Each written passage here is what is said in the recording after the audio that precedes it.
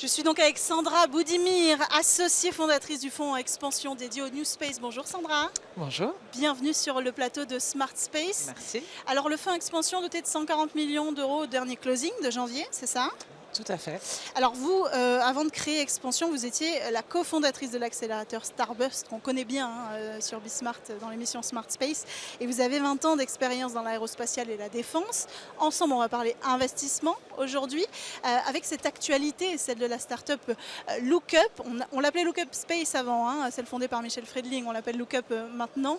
Elle a levé 50 millions d'euros, alors en capital, mais pas que, aussi en dette, n'est-ce pas? Et en dette bancaire, voilà, exactement, et en financement public.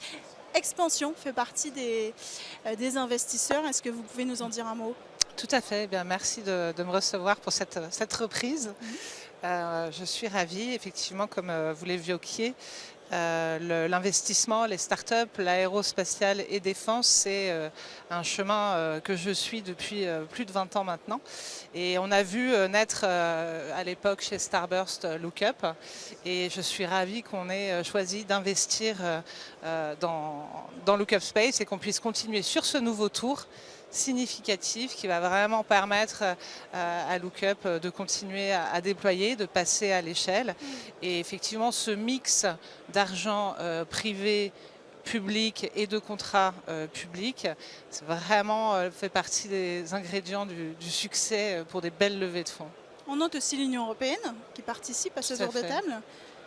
Oui, tout à fait. On voit l'Union européenne investir depuis un moment déjà dans le spatial. Vous avez suivi la Commission européenne qui, au travers d'un programme qui s'appelle Cassini, a essayé et avec succès de fédérer l'écosystème. D'ailleurs, c'est un petit peu comme ça que Expansion est née, grâce à Cassini et grâce au Fonds européen.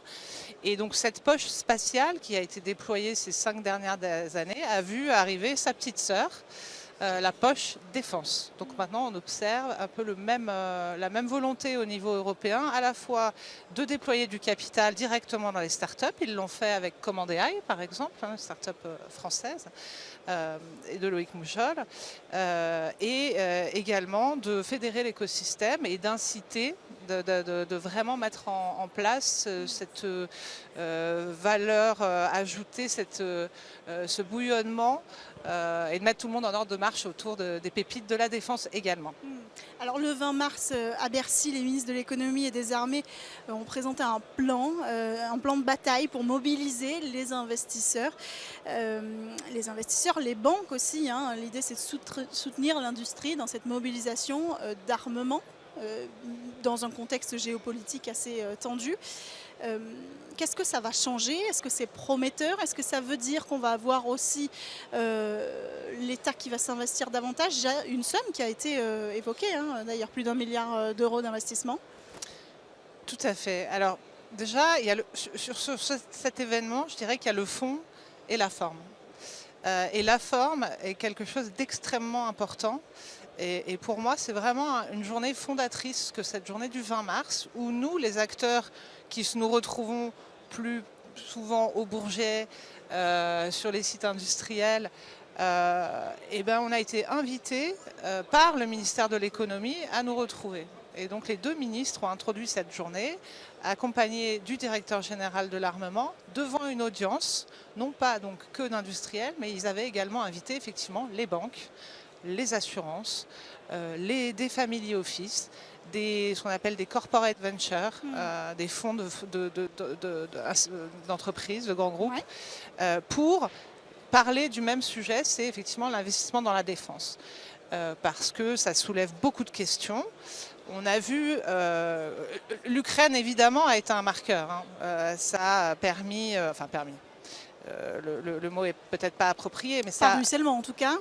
Ça a accéléré les champs d'application pour certaines startups, et notamment tout ce qui est autour des drones, de l'intelligence artificielle, qui ont vu des applications assez immédiates. Et donc on a bien vu qu'il y a ces boîtes qui émergent et qu'il faut financer. Alors pas que les startups, mais également les industriels de la défense, qui était quand même quelque chose de plus que tabou pendant des années. On a, en tant qu'investisseur, on est soumis à tout un tas de critères, ESG, donc on doit avoir des chartes, on doit s'engager à faire des choses pour la gouvernance, la mixité, le climat, bien évidemment, et la défense a été plutôt quelque chose qui ramenait des points négatifs. Ça ne nous a pas découragés, parce que nous, on a commencé à lever ce fonds 3-4 mois avant l'invasion de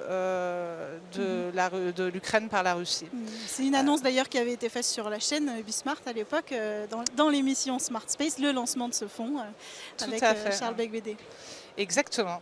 Donc, oui, à l'époque, déjà, pour moi, c'était très, très clair qu'on ne peut pas dissocier aéronautique spatiale de la défense. Et je dirais même que, pour moi, la défense, c'est même transverse à l'aéronautique et au spatial. Vous avez reçu tout à l'heure Ascendance. Oui.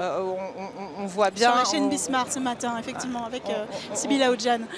On voit bien déjà des applications possibles dans le domaine de la défense pour ces sociétés-là. Donc ce 20 mars a permis de réunir ces acteurs-là qui ont besoin d'être pris par la main, en fait. Et nous, c'est vraiment l'ambition que j'ai toujours voulu pour Expansion, c'est d'être ce trait d'union entre l'investisseur traditionnel qui va parler de retour sur investissement, d'ARR, qui va avoir ses critères, ses KPI à lui, et ce marché qui est si spécifique et peut sembler un petit peu compliqué. C'est un objet un peu particulier. On se dit les cycles de vente sont extrêmement longs, dépendants du ministère des Armées, de la commande publique. Développer des technologies de défense, ça prend beaucoup de temps. Et là, effectivement, on a vu avec l'Ukraine qu'on était capable d'aller très très vite. Et on a vu aussi un truc très intéressant au ministère des Armées. Faut savoir que nous, notre DGA, on en est fiers. Oui. On développe du porte-avions, de l'avion de chasse, des satellites de communication sécurisés, la dissuasion nucléaire. Donc on fait de la perfection et du temps long. Et on a vu avec l'Ukraine arriver le temps court et la notion de good enough. Et good enough pour un ingénieur de l'armement, et je pense qu'il y a de quoi le mettre en syncope. Mais est-ce que ça colle avec l'industrie spatiale? Parce que l'industrie spatiale, c'est pas toujours du temps court, justement. C'est ce qui rend aussi les choses difficiles. C'est qu'il y a souvent une notion de disruption technologique, en tout cas parfois, en fonction des domaines de recherche. Donc, est-ce que vous arrivez à retrouver... Alors, petite parenthèse, on est à l'instant où on se parle survolé par des avions. Alors je ne sais pas si vous les entendez, peut-être pas. Nous, on essaye de suivre cette émission. Voilà, on est au Bourget, au plein cœur de l'action de l'aérospatiale aujourd'hui. Donc on va essayer de finir cette interview en imaginant peut-être le show qu'on est en train de rater. Mais voilà, alors pour parler de ça, les temps longs et l'investissement, comment on garde une crédibilité sur ces entreprises, comment on les rend attractives pour les investisseurs, quand la recherche et développement, quand le proof of concept, quand voilà, tous ces milestones demandent du temps, demandent aussi un contexte européen, des bases de lancement, etc. Tout à fait. Alors, je précise ce que vous avez dit au début, Expansion Venture, c'est un fonds d'investissement, effectivement, qui a réalisé un first closing de 140 millions. On a déjà 23 participations. Techniquement, on est un fonds d'investissement privé, classique, avec le même fonctionnement, une période d'investissement de 5 ans, des sorties qu'on envisage à 10 ans, qui sont tout à fait standards dans le domaine du capital risque, on va dire. Et on s'est positionné sur le domaine aérospatial défense, on n'est pas les seuls. C'est bien qu'il y a quelque chose qui se passe et qu'effectivement, la baisse des barrières technologiques, l'accélération des cycles de développement permettent de faire rentrer ces startups et ces développements dans les cycles d'investissement autant standard, on va dire. Et nous, je reviens sur cette idée de trait d'union. On est une équipe avant tout professionnelle de l'investissement, agréée par l'AMF, avec voilà, du capital à déployer, mais également on se positionne comme un fonds expert. Vous l'avez dit, j'ai 20 ans d'expérience dans l'aérospatiale défense à différents postes et dans le monde. Mes associés Charles Becbédé, c'est un ingénieur dans l'âme. Il s'intéresse au spatial, mais pas que, également au quantique et à d'autres verticales technologiques. Et on connaît très bien notre marché, on connaît très bien ses acteurs. Et donc nous, on est un petit peu le lien en disant, nous aussi on se voit comme un label quelque part, en disant si nous on y est allé, c'est qu'on sait, on a ouvert le capot, on sait de quoi il s'agit. Vous, investisseurs traditionnels, banques, assureurs, vous pouvez nous suivre. Et ça prend ? Et ça prend très très bien. Oui. Voilà, les tours de Lookup sont composés d'investisseurs privés.